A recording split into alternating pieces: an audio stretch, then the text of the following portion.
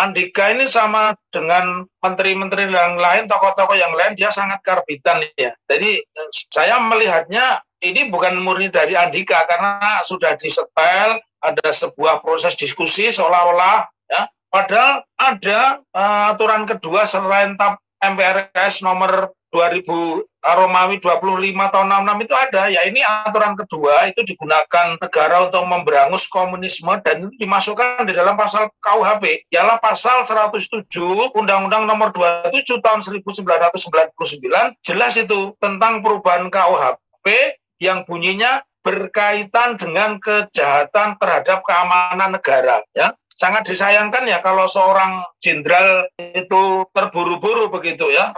Apapun namanya ketika orang sudah disebut jenderal, apalagi jenderal lengkap bintang 4, tentu referensinya banyak.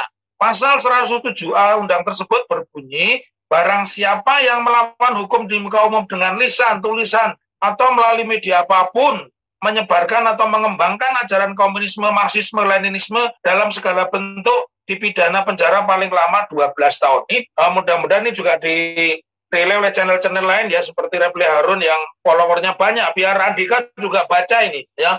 Jangan buru-buru 22 Desember tahun ini dia mau pensiun, kemudian dia seperti ditarget harus menyampaikan sesuatu. Lanjut Ustaz Slamet. Pasal tersebut berbunyi, barang siapa melawan hukum di muka umum dengan lisan atau tulisan atau media apapun, menyebarkan atau mengembangkan ajaran komunisme, marxisme, leninisme yang berakibat timbulnya kerusuhan dalam masyarakat atau menimbulkan korban jiwa atau harta benda, dipidana dengan penjara paling lama 15 tahun. Ini real, ini undang-undang ini real.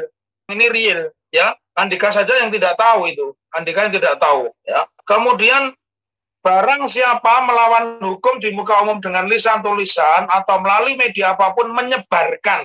Ini menyebarkan atau mengembangkan ajaran komunisme, marxisme, leninisme dengan maksud mengubah atau mengganti Pancasila sebagai dasar negara, ya di penjara paling lama 20 tahun. Berarti kemarin yang ini sebuah perbincangan yang sangat nyambung, sudah di skenario. Sebelumnya kan ada yang ingin mengkristalkan Pancasila, mencopot ayat-ayat Pancasila hanya menjadi trisila atau menjadi satu sila, ya ekasila.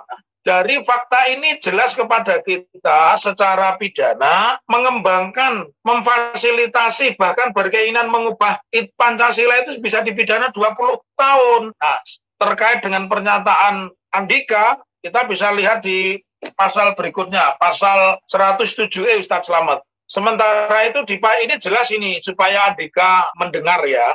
Dan saya yakin forum ini tidak cukup di sini. Forum ini harus memunculkan deklarasi, katakanlah semacam petisi 50, minimal petisi yang ditandatangani oleh orang-orang yang ada di forum ini. Saya inginkan itu. Sementara pasal 107E berbunyi dipidana penjara paling lama 15 tahun dijatuhkan untuk mereka yang mendirikan organisasi yang diketahui atau diduga menganut ajaran komunisme, marxisme dalam segala bentuk dan perwujudannya. Yang kedua, Andika bisa kena pasal ini. Mereka yang mengadakan hubungan ya dengan atau memberikan bantuan kepada organisasi baik di dalam maupun di luar negeri yang berasaskan komunisme, marxisme, leninisme atau dalam segala bentuknya dengan maksud mengubah dasar negara atau menggulingkan pemerintahan yang sah. Jadi kalau Andika ini seperti mahasiswa yang baru tingkat persiapan ya. Jadi dia tidak melihat undang-undang itu secara utuh. Dia hanya melihat MPRS tidak ada secara detail.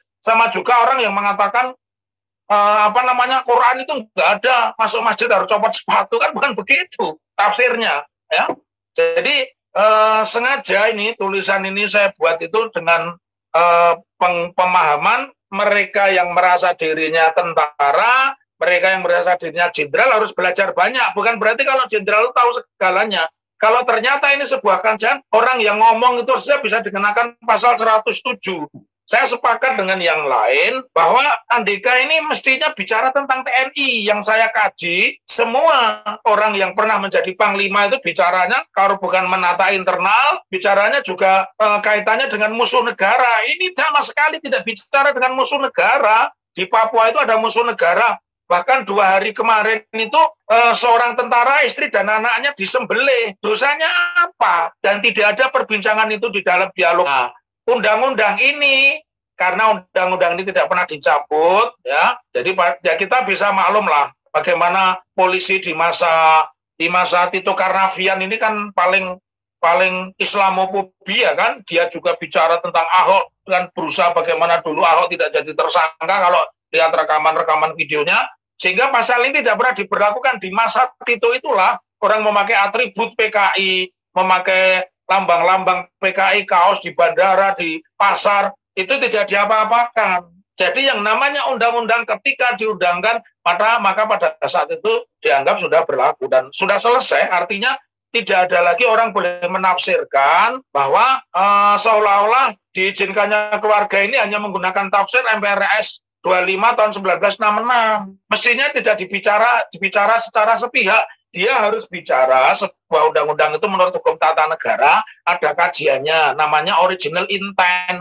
Kalau tidak ada penjelasannya, dibaca naskah asli original intentnya berbunyi seperti apa. Karena itu kalau Andika mengatakan bahwa tidak terdapat di dalam TAP MPRS nomor 25 1966 tentang larangan penyebaran Lenisme dan sebagainya, saya pikir ya perlu belajar dulu itu. Dan